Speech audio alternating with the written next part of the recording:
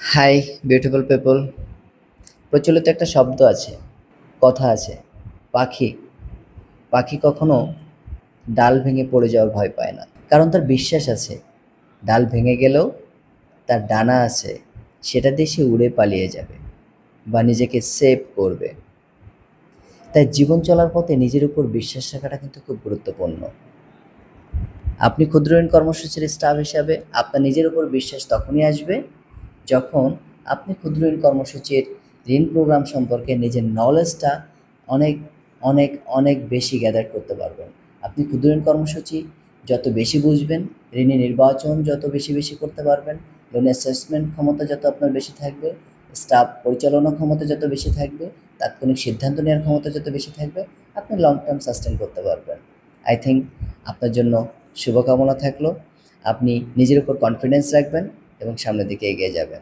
Thank you.